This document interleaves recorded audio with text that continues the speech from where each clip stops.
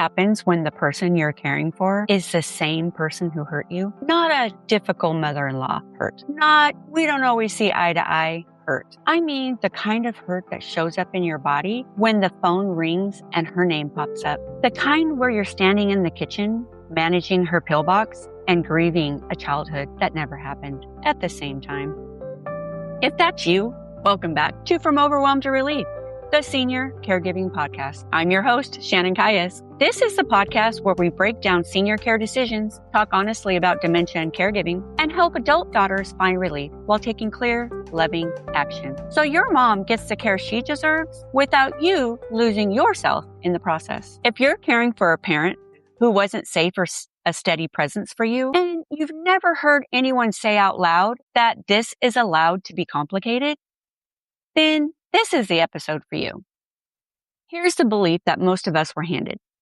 If you're a good daughter, caregiving is an act of love, full stop and no asterisks. So if your caregiving doesn't feel like love, if it feels like a duty or a fear or an old wound you keep reopening on purpose, something must be wrong with you. Nothing is wrong with you. I need to tell you something about my own life, because I don't think I can talk about this topic with any integrity if I don't. My mother was a bartender most of my childhood. My dad passed away when I was 2, so I was raised by my stepdad, and they had twin boys together. I was always the odd one out, not because my brothers weren't wonderful. I loved them, but because I never quite felt like I fit the same way they did into the family. My mom and my stepdad fought, and it got physical. I watched him hurt her more than once, and she carried that home, and it landed right on me. I remember being a little girl doing the dishes, and the water wasn't hot enough for her. She grabbed me by the hair and threw me to the floor. This wasn't a one-time thing. When things were falling apart between the adults in the house, I was usually the one who paid for it. By the time I was building my own family, I knew I didn't want my kids anywhere near any of that. So there was distance, a lot of it, and for a long time. My mom got sick, and even with everything, when it came time, I showed up for her. My brother and I walked through it together, though it was different for him. He was the baby of the family, and well, I was Shannon. I'll tell you something that still catches in my throat. Near the end, in the hospital, she mumbled something, and I leaned in and said, "I'm right here, Mom." And she said, "No, not you." And she said my brother's name instead. Later, once the dementia had really set in, she would often tell me that she hated me. I know now that wasn't really her talking, but back then, before I'd done my own healing work, every time she said it, it landed like I was 7 years old again, standing in the kitchen with wet hands. I share this because I don't want you to hear today's topic and think I'm handing you a theory. I'm handing you something that I lived. I cared for my mother at home through the end of her life, even though she was never able to tell me that she loved me, and even though caring for her meant walking straight back into the hardest part of my own story over and over.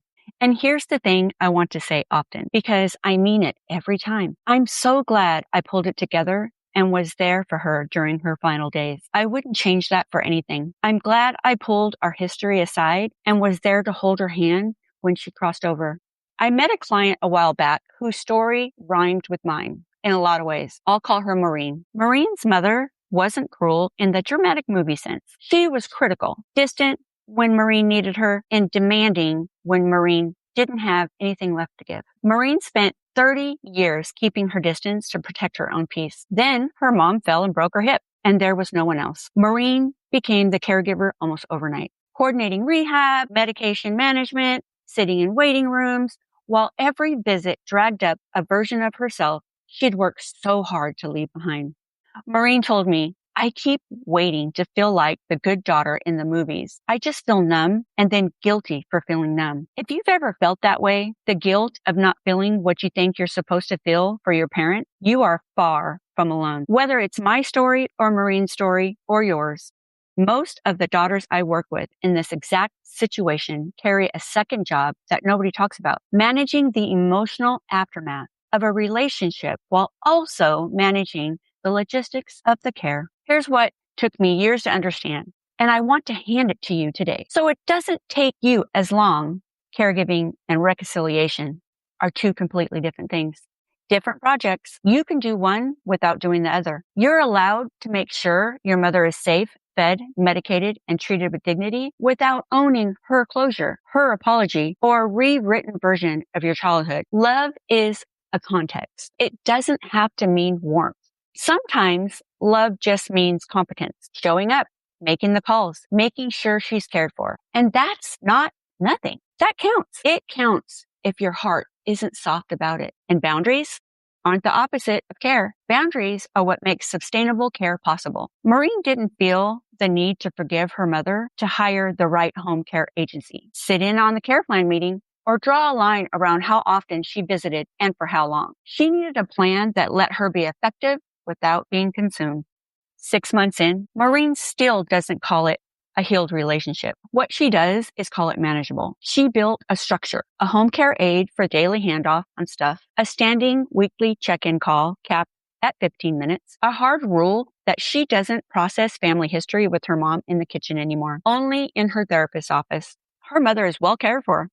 Maureen is no longer disappearing into old patterns every time she picks up the phone. If this is your situation, here's where to start. 1, separate the 2 projects out loud. Write down, literally on a paper, caregiving task in one column and relationship healing in the other. You only have to commit to one column right now.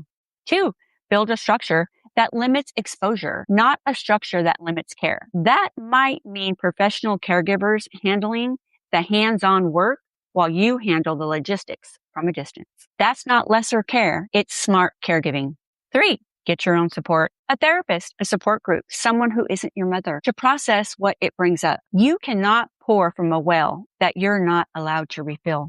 This week's challenge. This week, do 3 things. 1, draw a line. Pick a boundary. Just one. Time, topic, task. Write it down as a plain sentence. Example, I will not discuss the past during care visits. 2, name it to one person. Tell a friend, a partner, or your strong daughter club sisters what that boundary is. Say it out loud because that makes it real. 3, share it publicly. Post about it and tag at Clark County Senior Resources. You might be the permission slip another daughter has been waiting for. This week's mantra, I can care for her without carrying her. If this episode felt like it was speaking directly to you, it was. You don't have to figure this out alone. And here's the truth. You're not supposed to. Caregiving is not a solo journey, and trying to handle everything yourself is exactly what leads to burnout, resentment, and regret. So let me help you. If you're in crisis, hospital discharge, decline, dementia, confusion, book an urgent consultation with me, Shannon at clarkcountysr.com, or you can just text me and let's get it started. If you need help with clarity, if you need someone to help you make a plan, take action without pressure or guilt, please reach out. That's what I'm here for. I work with families, not corporations, and my loyalty is always to you. And please do these 3 things. Subscribe and rate this episode. Your review helps daughters who are drowning and overwhelmed find the relief they desperately need. Share this episode with another daughter who's carrying a complicated relationship on top of caregiving. She probably hasn't heard anyone say this out loud to be hard in this specific way.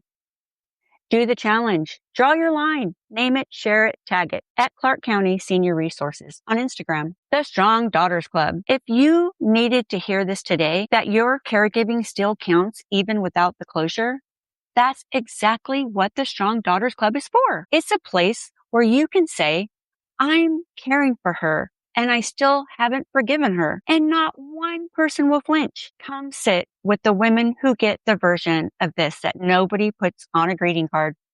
Join us on Facebook. I will put the link in the show notes. I'll leave you with this. I'm so glad I was there holding my mom's hand when she crossed over. Whatever your relationship with your parent has been, I hope you get a version of that too. Not because it erases the hard parts, but because it sits right alongside them. Next week, we're tackling another tough caregiving reality that no one talks enough about. You won't want to miss it. Thank you for being here. And until then, be gentle with yourself.